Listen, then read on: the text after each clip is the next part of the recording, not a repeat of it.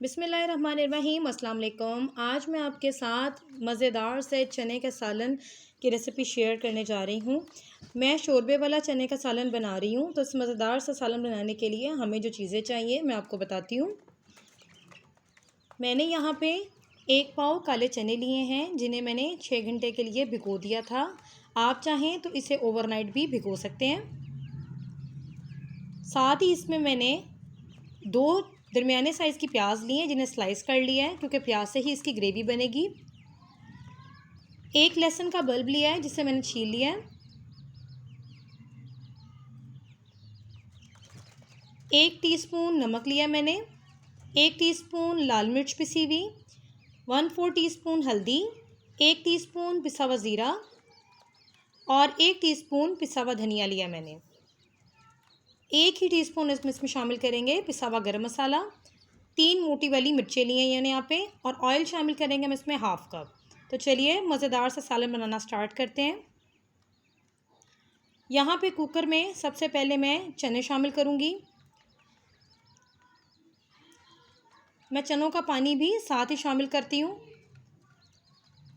साथ ही इसमें मैं प्याज शामिल कर दूँगी।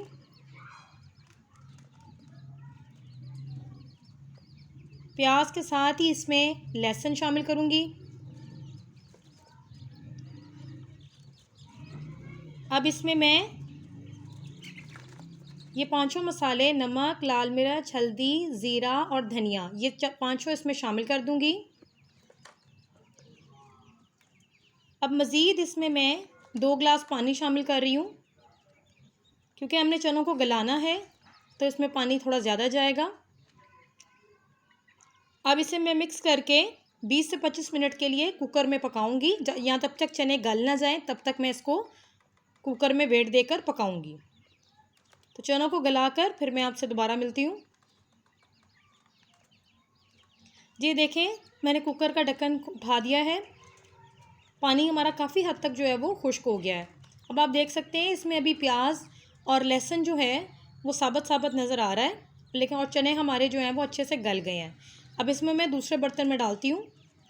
मैंने इसे दूसरे बर्तन में शिफ्ट कर लिया है। अब इसमें मैं 1/2 कप ऑयल शामिल कर रही हूँ। अब इसका मैं पानी अच्छे तरीके से खुश्क करूँगी और अच्छे से भुनाई करूँगी, ताकि जो प्याज और लहसुन साबुत साबुत नज़र आ रहे हैं ये भी मैश हो जाएं और चने अच्छे से भुन जाएं।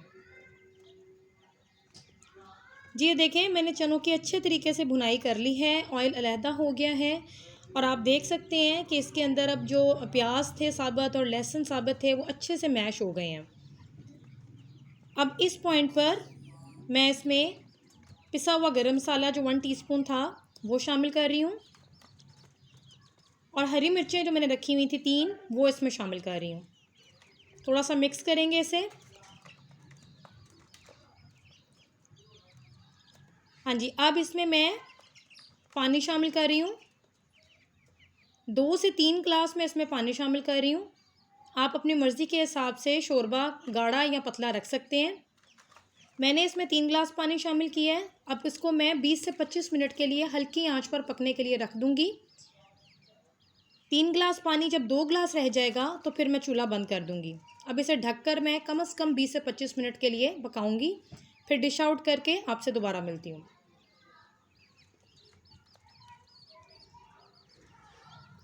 जी ये देखें, मैंने चनों का सालन को डिश आउट कर दिया है।